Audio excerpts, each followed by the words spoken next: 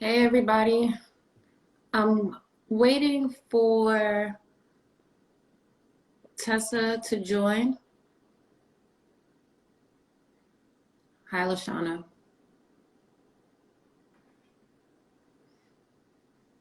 How's everybody doing tonight? She's here, just waiting for her to join. She has to accept.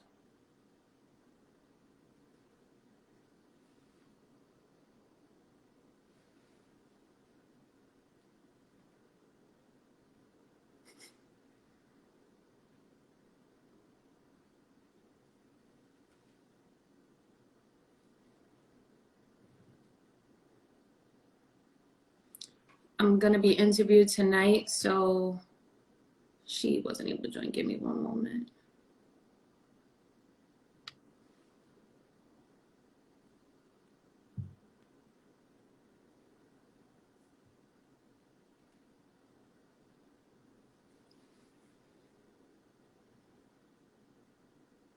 Hey everybody. I know I don't normally do it. Here she is.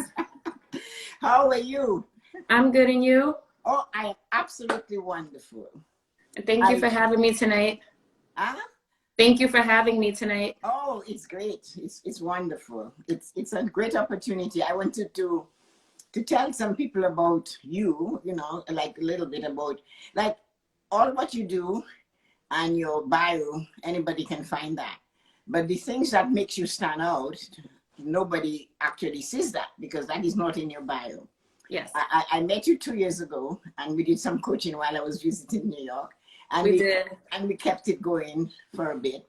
And it was good because although I hadn't spoken to you, I kept looking to see what you're doing. I would talk to Michelle and she would tell me what's up. And so on, I would, zoom in and look at the little things you did. So one of the things that I wanted to showcase in you is that as a young woman entrepreneur, you had so much energy when I met you. You had so many wonderful plans and all what you were doing was just so amazing. I loved it.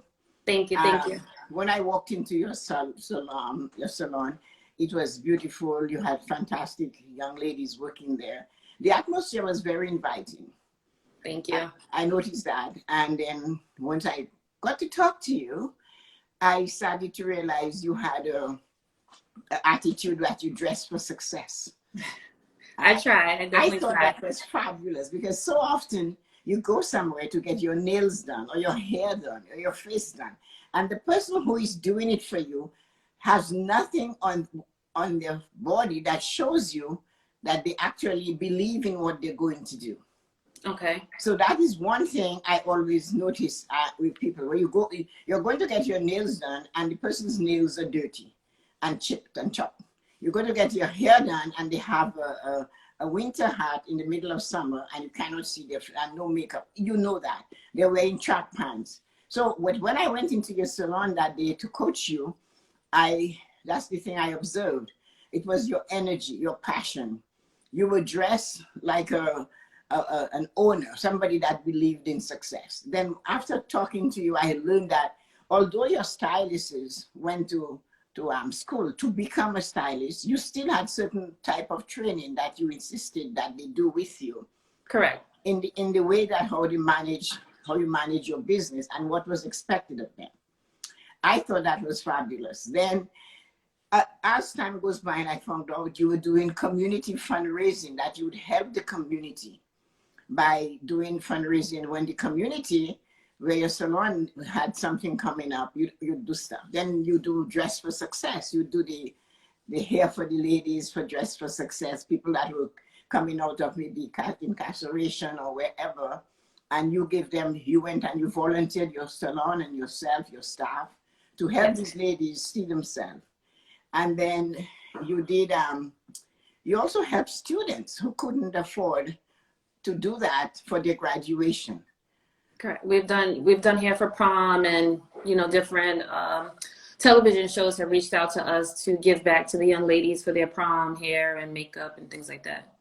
Well, so that all you get from the community and you give to the community. That is one of the things that I always push on my morning blessing, is that you need to give back. So when I looked at that part of you while I was in New York, I saw that you were very active in helping the community around your business. And that was important, because another thing I noticed, people would be passing by and they'd be waving. Yes. When, it's almost like it was, they knew everybody in there. So it was a really good experience for me. So one of the things I wanted to talk to you as a young entrepreneur, we'll come back to that. But I wanted, because of COVID, I know many times when New York was locked down, I knew you had to lock down your own business. Yes. And so what I wanted to know,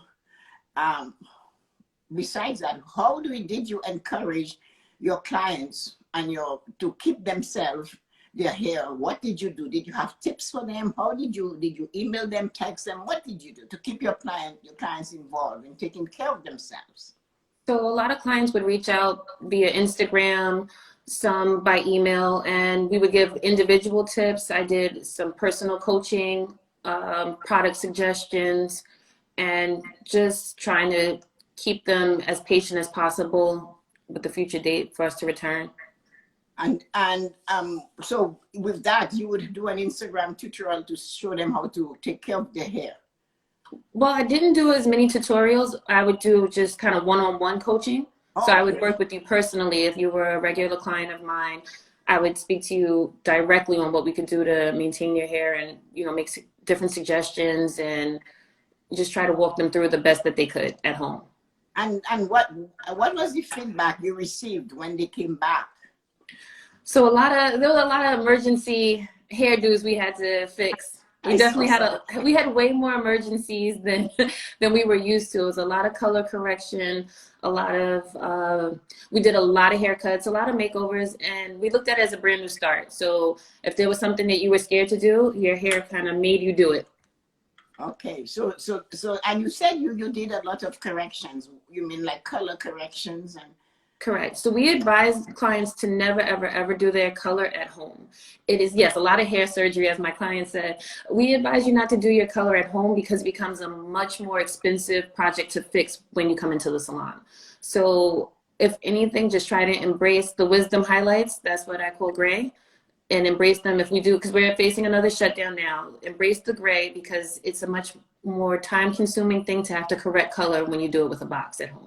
So what are you doing right now? Because everywhere, including us, we might have in Canada, in Ontario, we might have another lockdown.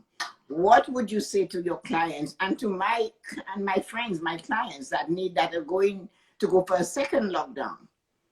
So fortunately, this time around, if we do lock down, it may only be New York, and I may actually take clients in New Jersey if I need to. Because there's no end in sight with these lockdowns, and with only certain areas locking down, it's not going to fix the problem. So I'm going to try my best to assist my clients maybe outside of New York City. So like you said, New Jersey, so is that where your second salon is going? Because I know we were talking about that when I coached you in New York. So that's a possibility. I'm definitely considering New Jersey. I would consider Staten Island. I'm still considering Canada, actually. I heard. Yeah, I would love Canada. I heard about that. So that is wonderful for you, because one of the things we did with the coaching, you were also trying to get involved in that New Jersey, in going to New Jersey and doing some more there. So now with the lockdown, you get an opportunity to do that. Yeah, I would try to branch out I have some salon owners that I know that would allow me to kind of use their space and assist a fellow salon owner. So that's what I would do this time around if the lockdown happened. Okay. I'm going back to what we coached on. Yes. And I'm going to bring that up. Like when we coached, you had to set up an emergency fund for exactly what COVID did. How did you feel? Did you see the importance of that? 100%. So that, I wish I had started sooner. I wish I had started my coaching with you much earlier.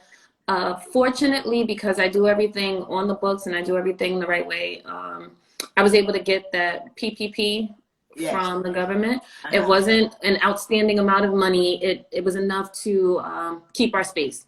But now my focus is definitely an emergency fund for all these situations. Well, at the time we didn't, you were doing the business savings account. You remember it was you had Yes. to go. So that was good because I'm sure that gave you a boost. Even if you got the PPP, that was your base, your support. So it helped me until the PPP was received, because when you initially applied for it, there was a first round of people and that went to big corporations. So as a business owner, it held me over until that second round was approved. And then that's what kept us open. So this is what I need to ask you to do, because you know I'm all for giving back. And Yes. what I want you to do is to tell the business young entrepreneurs, if you send it to me, I'll post it on my IG Live, so that because I belong to a group called the Movement Makers, and they're all people that want to start businesses, different kinds, not maybe some like you, the other people doing other things. Actually, we have a hairdresser, Yuko, and I wish she could join because she would hear that. So that part of it was very important for you. Setting up your business savings account, keeping track of things, and paying yourself with a check. How did that work? Yes, actually, that helped me tremendously. I was able to get some new things going, and I was able to get some of the things that I had wanted for myself personally. So you see the advantage of, and again, I am very happy. You know, I'm jumping all over the place, but I'm so happy that you were able to weather this storm. You were good. You were very, very good. You already had a strong, solid head on your shoulder. All you needed was a little bit of tweaking. Yes, as a business owner, it's sometimes hard because you don't have anyone telling you what to do. You kind of wing it on your own, and you don't really have to answer to anyone. And with your coaching, because I respected what you were offering me, I really had a chance to answer to someone again. After so many years of doing it on my own, I had to answer questions, I had to outline goals, and I had to follow them. Yeah, well, this is true. This is what we did with the coaching, and in following them, you were able to do better. Yes, definitely. So one of the things that when we coached, when we were coaching you, was that how the girls got paid and all those things. You did that. But I need to tell you what happened here. I know the person who cuts my hair and has a shop, and the chairs are rented out. Yes. So when the PPP, and you did mention it a few minutes ago, we had the same thing here. So when the PPP came in, I don't know if that's the right name for Canada, but it was similar. Yes. A lot of these people that were renting the chairs did not file taxes. Correct.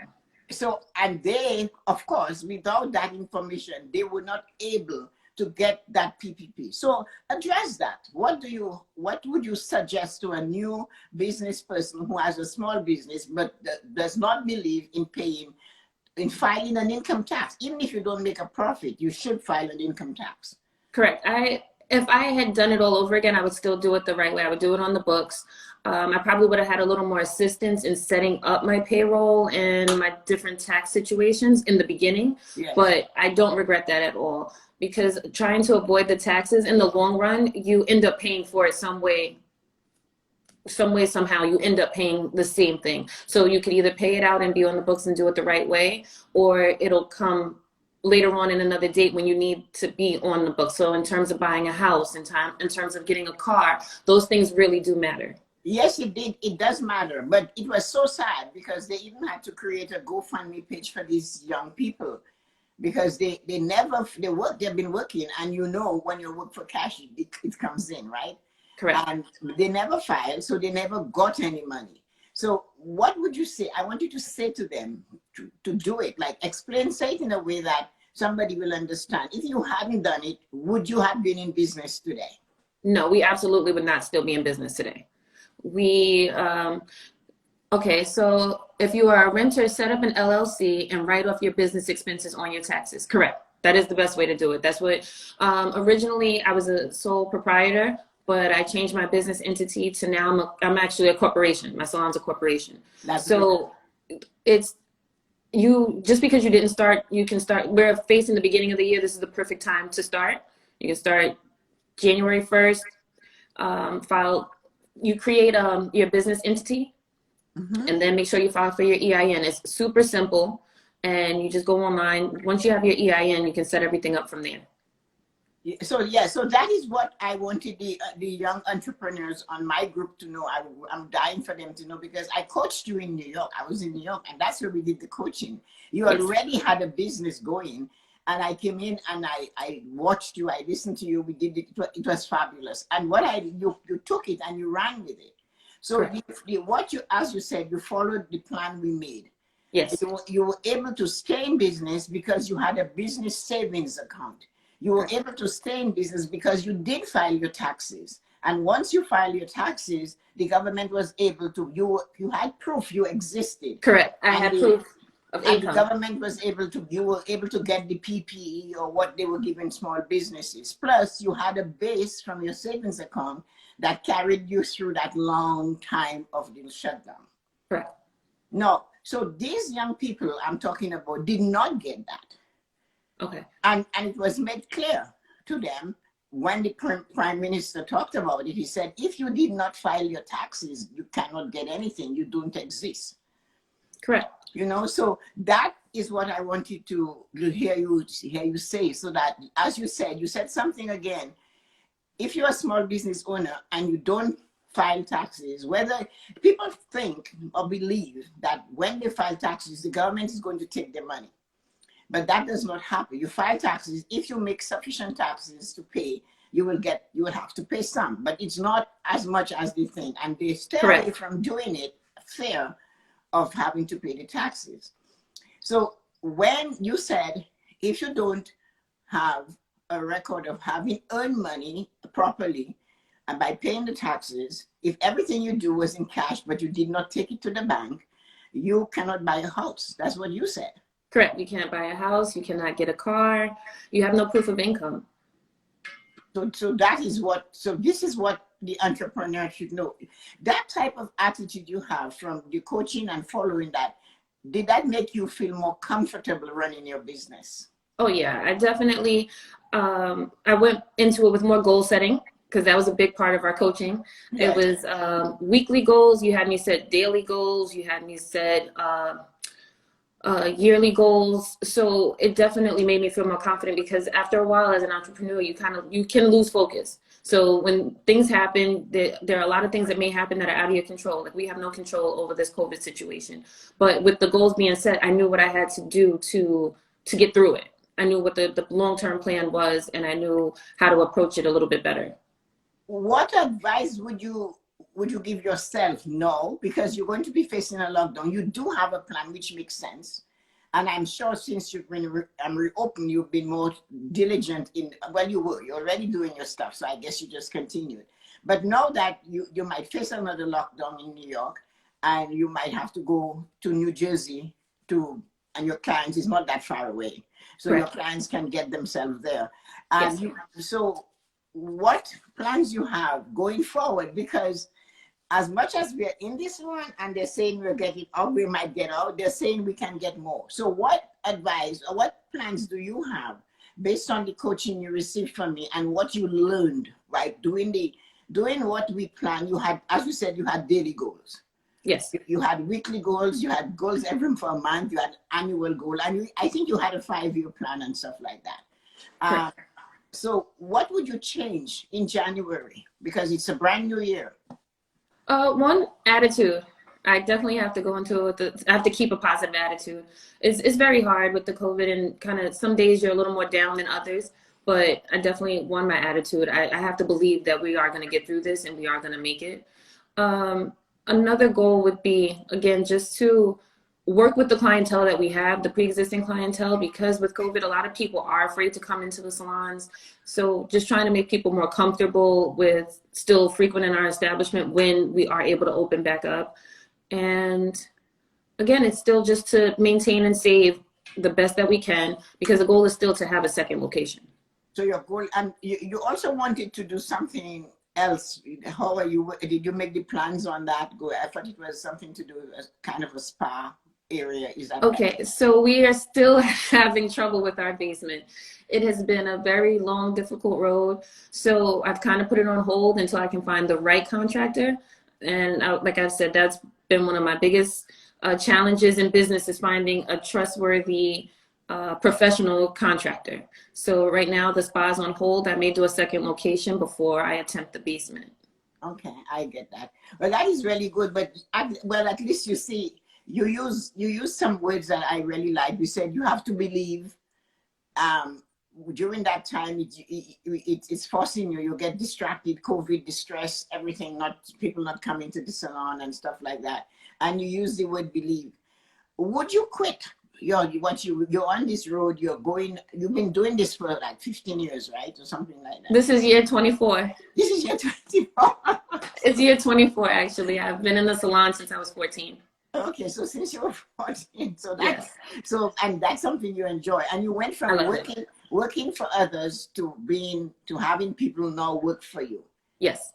So that's a really great growth. So one of the things I wanted to ask again was that what changes would you do with your salon? Will you keep up this Pepsi glass and all these things that has to go on? What would you do? So fortunately for us, our stations are double-sided, so we didn't have to do plexiglass. Oh, okay. And we separate our salon based off of departments. So we have enough shampoo bowls that we can keep people separated, throughout their services. And aside from that, we Yuko just joined. She's the hairstylist. Hi. Yes, hi. So fortunately, we are a large salon, so we do have enough space to socially distance each other. So we haven't had to make too many structural changes. Okay. So because yes, your salon is quite big. It's a huge place. It's a really nice place too. It's so pleasing to the eye, and the atmosphere is stunning. I really enjoyed when I coached you in New York. I thought, wow. And the thing is that you needed coaching. It wasn't that you couldn't do the work. Your work was fine. It's just that what people don't realize, and I experienced it when I ran my own business. When you're running the business yourself, and you're managing it, and you're doing all this stuff, it's really hard. So with you, I had to move you away in coaching you. I had to coach you away from some things. Yes. I had to put you into some other things. Like you said, when we first started, it was a daily goal. Mm-hmm. What are you doing today? Correct, we did. And then we went to a weekly goal for your week, and we went again to a monthly goal, and yearly goal, and annual goal, and then you had a 5-year plan. So with COVID, you took. I was so happy when I found out you survived it, because you had your business account, you had pay, you were registered, now you're a corporation. So all these are the good steps you go, because under corporation, the corporation files the taxes by itself. It's an entity. It's an entity. You're not part of it. So and one of the things I insisted you do, rather than take cash, I told you to write a check from the business to you as your paycheck. Correct. And that check has to be deposited in your personal account. My personal account. These were the things that you did. When the PPP came, had you not been had that type of thing, you would not have gotten the PPP, because in Canada they didn't give it to them. You're absolutely right. So going forward, what changes can you do to enhance it? If this might happen again, but next year we don't know what the year is going to bring. From all the coaching we did and the things you learned and the experiences you had and what you saw happen, and I'm sure you know of other salons, because you belong to all these things, that didn't survive because they didn't have a tax trail with the government. They didn't get PPP, just like some of the people in Toronto didn't. What would you do differently to help make sure you're standing on more solid ground this time? Okay, so this time, aside from the PPP, we made sure that we're also selling gift cards. That made a big difference for us as well, because it gave our loyal clientele who want to see us reopen a chance to invest in us in advance. So that secured us a lot of business moving forward as well. So it secured clients coming back to us, as well as just to give us a little cushion to move forward. You had to do some brainstorming. Yes. And to come out with an idea. Remember, we talked about that. Sometimes the stylist knows something that you don't know, and you remember you had to meet with them and talk to them, and I know you did that with them. So from that you got the idea of giving out, of having the gift cards. How did that go? The gift cards actually went very well. So right now, this is a gift card season also. So Yes. we're encouraging gift cards now, especially given that they're announcing that we are facing another shutdown. So this is a great opportunity for people to invest in us now. So when we are able to reopen, we're not facing the same struggles as salons who may not do the same thing. Okay. So are you still writing your plans down and revamping them as you go ahead, as as you were coached to do? Yes, if I don't write things down, I definitely will get distracted, or it's a little easier to lose sight of what I'm trying to do. So I do try to write things down. I do try to keep up with that. It's been one of the easiest ways to manage what I do. Okay. You talked about I'm really intrigued with that part because I like seeing when somebody expands their mind. Do you still do some of your thinking, your meditation, like when I said just sit? Do you still get a chance to do that? I try. I still try. I'm definitely an overthinker, so meditating is not the easiest thing, but I do work on it. Yeah. And I try to definitely, if I don't meditate, I still try to use the gym to help me refocus. Yeah, I saw that you are very active in the gym. I saw that. But writing your mind down on paper, how has that been for you to find clarity? Emptying your mind so you can find clarity and focus, because you were doing that. That was part of the coaching thing. That actually is an amazing tool that you helped me with, and it works very well. It definitely helps clear my mind, and it helps me when I start writing. It also helps me back to the business as well, because typically the business is on my mind often, and it'll help me some of the things, the ideas that we came up with, like the gift cards and our promotions. That's an opportunity for me to get those things out of my head and really put them into effect. Okay, so I will repeat that for somebody who is listening to hear that you did, through your writing and call it the dumping of your mind, you were able to get new information in, like, okay, what can I do to keep my business going? The gift card. Yes. So if you had not cleared your mind, you know that, of course, there would not be new information. Is having a cup and always having the cup full. If you empty the cup, you can put in new stuff in it. So I'm glad that you realized how important it is to write, to spend that moment to clear it. How did you come across the idea of going to Jersey? Okay, so I actually just recently moved to New Jersey, and I love it. And the difference with New Jersey, everything is open. So as long as everything stays open, I'm gonna make the best of it. So what I want to know, yes, but where were you when you decided? I want to see where your thoughts were. What are you keeping track of? Where were you when you decided? Of all the places, you could have gone to Staten Island, you could have gone down somewhere else, by Jersey. And where were you when you thought, maybe I can move just during the COVID time if Jersey does not shut down? Okay, well, anywhere like you said, Staten Island, all those places are too close to New York. Well, they're in New York City, so they're going to shut down as well. Yeah. New Jersey is actually not very far, so typically about a 30-minute drive, and anywhere in New York City is a 30-minute drive anyway. So it's an opportunity to stay open in that sense. And what a lot of people didn't understand, when the businesses shut down, you were still required to pay your landlord. So I still would have to keep that in mind for us to return to Jakari J Salon. We still need we need a source of income to still pay our landlords to make sure that we can come back. So the salon will be closed in New York because New York is closed, and you're going to go to Jersey, leaving everything and starting working in some other place in Jersey. So your temporarily can travel to Jersey to get their hair. Yes, so they won't be in such stress as they were last time. Oh yeah, I saw some of that.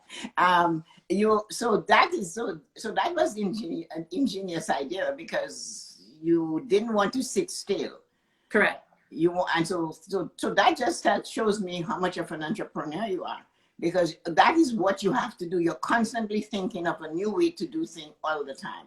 You can only do that if you have clarity and then focus, so that you can think. So what I would ask you to continue doing, I'm asking you, I'm not recommending this to you, is to find that 5 minutes. You don't have to meditate for 25 minutes or an hour all day long. You can do that 5 minutes of just deep breathing, not for 5 full minutes because you'll fall over. A couple deep breaths, get your pad and paper, and just start writing. Just start writing, and then, so you can put a timer on. So you just write, you let it hang out, and then you ask yourself a question. So you ask, what is my next step towards my business? What I can do today that will make my business better in a year. Correct. No, when we first started our coaching, we went from a day, because your days were so hectic. I said, well, what can you do tomorrow? Remember, we went from day to week to months to year. This time you're going to back up. You're going to have your plans for 1 year from whenever, because we are going to be coaching again at the end of the month, right? So you have 1 year from the end of this year, so a whole year. Then you go back to the monthly one. Yes. The 6 month one, then you go to a month, then you go to the week and a day. So that you're going to look at what you have, what you're doing daily, if any of it needs to change, because you have something from before. Mm-hmm. And you went daily to yearly. Now you're going yearly to daily. Correct. So now you're going to see what changes you made and how it affected you, and what changes you're going to make those goals you had before better. Yes. So I definitely want to start with a yearly calendar. That's going to help me break everything down based off of what we need to achieve throughout the year to grow, not just to stay open. Our goal is not just to stay open, it's to actually grow. I know that. I know you have such great and fantastic plans. Yeah, and also me having to, if I do have to temporarily work in New Jersey, it's an opportunity for me to learn as well. Different regions have different techniques, so I would be bringing back something amazing to my clients that I could share for my staff throughout the year. That is and then to break it down monthly and quarterly, our quarterly goals are always to target the last quarter or to compare to the year before. Yeah, so that's how we break down our quarterly. And then my daily goals, I'm such an overthinker, so the daily goals are easy to kind of write down and go through. And so what do you accomplish them? Because I know you did, but it took you a little while to wrap your head around them. Do you accomplish them easier now? I do. If I write them down, I definitely accomplish them. Anything that I've put on paper, I've been able to achieve. And I can't even deny that. Anything I put on paper, I've been able to achieve. Because that is my big, strong belief. I learned that when I saw the movie, The 10 Commandments. Isn't that something? I did a live with Donato last night, and one of the things I told him is that I learned from my experience, what I experience or I observe. I learned by observation and hearing. One of the things that they said in that movie, when the Israelites and the Egyptian and the Pharaoh said to Moses, they're not going to make bricks without the straw being there. They will have to make the same amount of bricks, but now they have to go gather the straw themselves. So that means they're not going to finish anything. And then he turned around to describe, which is like what you do with your pen and paper. And he said to describe, so let it be written, so let it be done. So his dictum, what he said to them to do, he put it in writing. Mm-hmm. So I learned that. And forever, I have always, whatever I want to accomplish, I write it down. Yes. If I don't write it down, it takes me a lot longer to either achieve it, or I end up losing sight of it and have to keep revisiting it. So writing it down, for the most part, I get anything done that I write down. Well, that is something I would like for the whole world to understand. Whatever you want to achieve, you must put it down on paper. It is great when you have it, if you're on the road and you have it on your iPhone. But I believe the action comes from your heart to your hand to the pen to the paper. All of those things flow through energy, because the paper comes from a tree, so it has energy. So your body is all energy, so it connects. And for me, anything, there isn't anything that I wanted to accomplish I didn't, if I wrote it down. And the minute I wrote it down, it became clear, real clear. And I would write that one goal on one page and nothing else under there. And when a thought comes about that goal, I would go to it and write that thought down. And if I cannot, I would be crazy. You see me running around. When the thought hits me, I'm like a wild woman. I am looking for a phone. I'm looking for an iPad, a pen, paper. I have written it on using a lipstick on a piece of paper. And I'll just put the topic. So when I get home, so I can, because the minute you don't acknowledge it and accept it, it goes away. Mm-hmm. It just goes away. It's almost like if you're a person who prays, it's almost that it's like the Holy Spirit, the guardians, the universe, your angels, whoever it is that's giving you that information. if you don't acknowledge it and use it right away, you lose it. Correct. And that is one of the things I try to express to people. The more time you spend writing your goals down, the more they will come to life. And there's nothing like making plans in your head and walking around with a head full of plans, and you cannot put them there at all. And that is something you have to care, you understand, because it's all energy. So I'm glad you're doing that. One of the thing I would like to go back on, and it's something we talked about in the beginning, when we talked about how much you give back to your community. What is the, I want to get the feeling. I want you to express to me when you're doing, for students, for example, when the TV station calls you, or the television station, or the radio station calls you and asks you to help so many grad students get their hair done, some of their makeup or whatever you have to help them with in your salon, and all your staff has to do that. And then you have the older people that have gone through some trauma in their life of one kind or the other, and you do the dress for success. Besides looking at them, taking the pictures, being happy, what do you feel? How do you feel after? Oh, I mean, it feels amazing. I've always loved giving back to the community because the salon is in the community that I'm born and raised in. So to be able to give back is just a tremendous feeling. And I feel like as long as we continue to give back, our salon will always be there. Okay, so you get something out of that? Yes, definitely. It's an amazing feeling to be able to help others. Okay, so that is something sometimes through the journey of life, in some cases we're taught that there is not enough to go around. So we should keep all what we got and don't offer anything to anybody. Sometimes it's not, what you're giving is tangible, it can be seen, it's a hairdo. It's a facial, it's maybe collecting gongs from the stores around you, because I saw there was shops that had all kinds of fancy things in that area too. So that is great to give, but then the other feeling of giving, sometimes people don't realize that. When you teach these young ladies to do things, what is the response you get when you do all that teaching that you do with the stylist that comes to work for you? What are the responses that you get? A lot of times it's hard, because when you come out of beauty school, the idea is, well, I've already learned this, so why are we doing more education? But it also helps me separate the stylists who are going to be long-term stylists from the ones who may just think that this is a quick money grab. It's really not. You really have to invest and reinvest in yourself in this industry.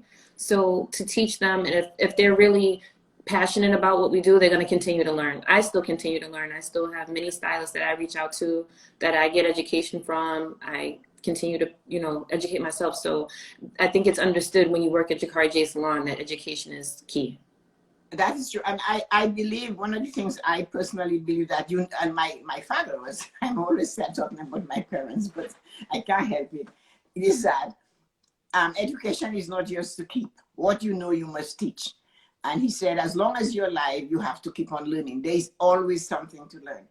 And giving back. So sometimes people will have the knowledge and they will not share. You might ask for help and you won't get the help because they're sitting on it, and because of success. They don't want you to succeed because in their mind, there's not enough to go around. And that was something I noticed with you, that you did not do that you taught and you helped others to succeed.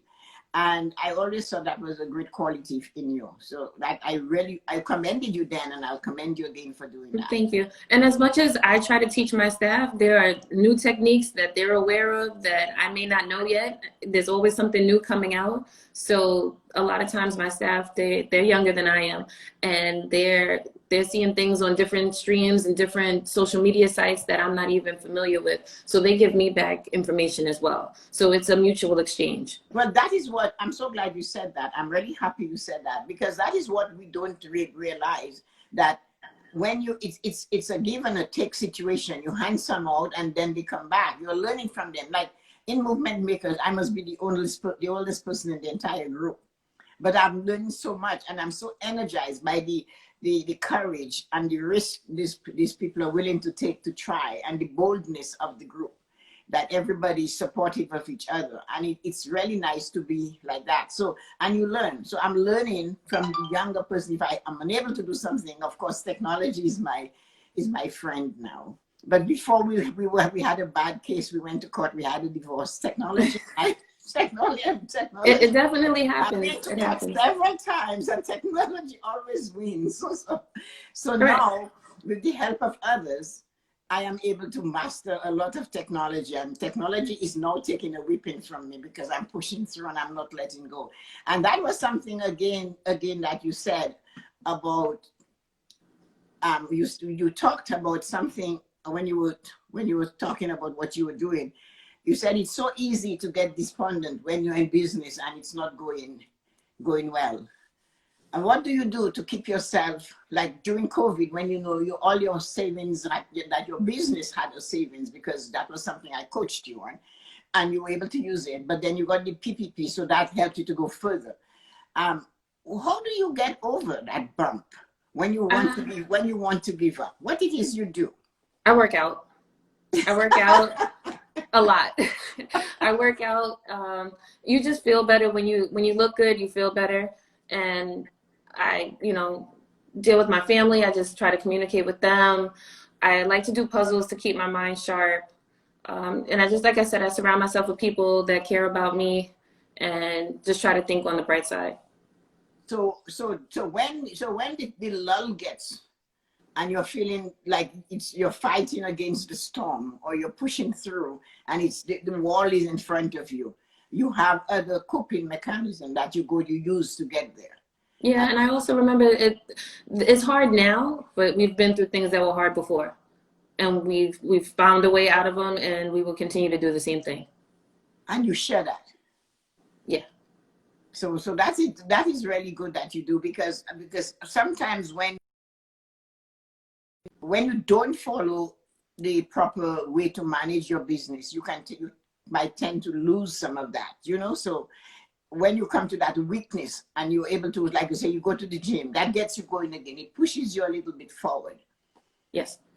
So now, do you have anything you'd like to ask me? I have drained you, I'm sure. No, I'm just looking forward to our next coaching session. It's always amazing. You always leave me with something that means I got to work 10 times harder. So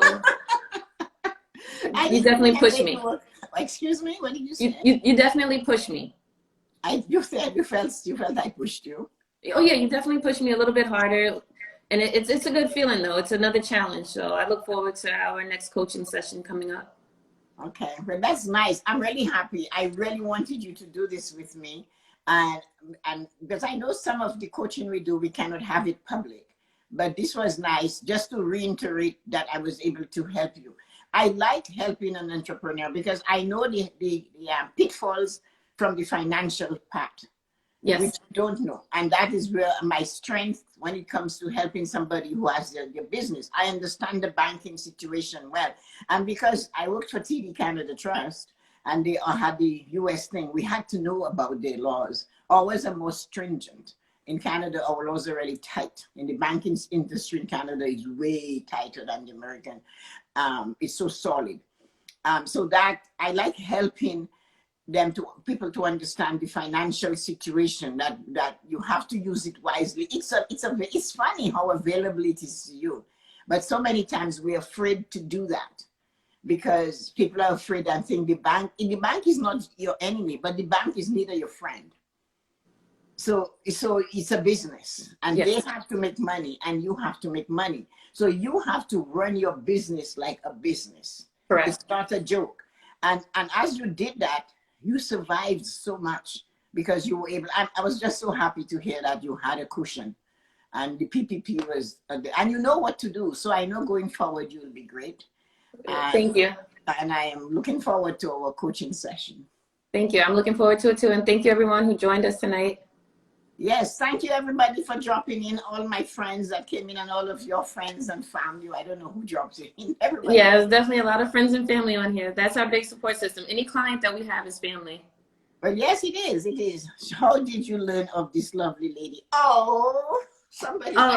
Yes, fortunately, if you guys know Michelle was one of my very first assistants.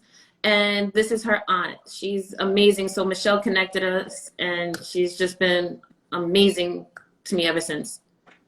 It was a pleasure though. I love seeing young people succeed. It's almost like gives me a vitamin, because I know what it is to succeed. I don't know very little. I know very little about failing. I don't know much about that. Correct. Yeah, I don't like to fail. I wasn't allowed. I wasn't allowed. Yeah, neither were we. Neither my sister and I. I had no choice. The family I grew up in failed. What do you mean? Keep going. Correct. That's an excuse. Keep going. Oh, you mean you broke one leg? But you have another leg. Keep going. Yes, exactly. And that was how it was in the household I grew up. So I just know if we stay at it long enough and you push at it and you don't let it go and you don't lose sight of it and you love it more than you love anything else, you will make it. That is what I was taught to be. You cannot, your business has to be your passion. Whatever you have to be has to be your passion. It can take all of you, but you have to do it in such a way that you still have room for it, you know. And you cannot, every time you sit to watch TV, you have to remember these people got paid already. So every time you sit to watch a program that is not going to help you succeed, you must remember they got a paycheck already. So you have to get up and go do what you have to do so you get a paycheck. Correct. I remembered when I first had to do the financial planning, and it was 9 courses to get a designation. And I'm sitting there, I opened the book and it was Greek to me. But I just kept reading it and reading it and reading it. And one, I would come home from work, make a pot of tea, a bag of almonds, some cheese and some raisin, and I'd go down to that special room my husband created for me, which is my office. It was quiet and still. And I would be there, and that is where I would pass in and the TV would be on, and I would just sit there and look. Oh yeah, you guys made you got paid this morning. You got paid already. I'm going to go in that room so I can do what I have to do so I can get paid. And that was my one motivation. I knew if I completed those 9 courses, they had 2 huge assignments, but 2 4-hour exams for each of them. I knew if I completed it, I could make another $30,000–$40,000 a year. And that was my motive, because that I wanted. I wanted that. I had a reason for having that, because I knew when I left the bank, I was going to teach what I learned. So it was a great opportunity, because the bank paid me to go to school to become a financial planner. And then they paid me when I became a financial planner. So why would I not do it? Yes. I was already being paid by them. They paid for the courses. And when I was complete, they gave me more money. So it was a win-win situation all on my side. So I went and I took, so now I still use it. All these years later, I keep abreast. I write an exam every February, and I go in and I help another person to succeed. And I love it. So thank you so much for having me. Thank you for having me. Thank you for coming. And yes, and if anybody that watched us tonight wants some coaching from me, even if it's your personal finance, if you want to buy a house, and you can put that on your site. If they want to buy a house, they want to get a car, they want to get out of debt, you can DM me and we'll do a coaching online. So it's free. She definitely helped me get some of those things. So yeah, that was helpful. She can definitely help you with that. Your chain of businesses all over the country. Yeah, I got my car and I got some other things with your coaching advice. So it's definitely helpful. So that's it. So I really DM me, and it's my Tessa-Marie Morning Blessings, and you can DM me, and I will do a coaching with me live. It's free if we do it live, and if it's going to be private, then you have to pay. Except you. Thank you. Thank you. I appreciate it. Everybody have a really great time. And don't forget Tessa-Marie Morning Blessing. Follow me on Facebook, Instagram. I have a YouTube channel. I do a morning blessings every day at 8 o'clock in the morning, and it's fabulous. It just gets you pumped and ready for the day. So have a wonderful evening, everyone. Yes, have a wonderful evening, and I'll see you next week on Monday. Yes, I'll see you Monday. Thank you. Bye, everybody. Bye-bye.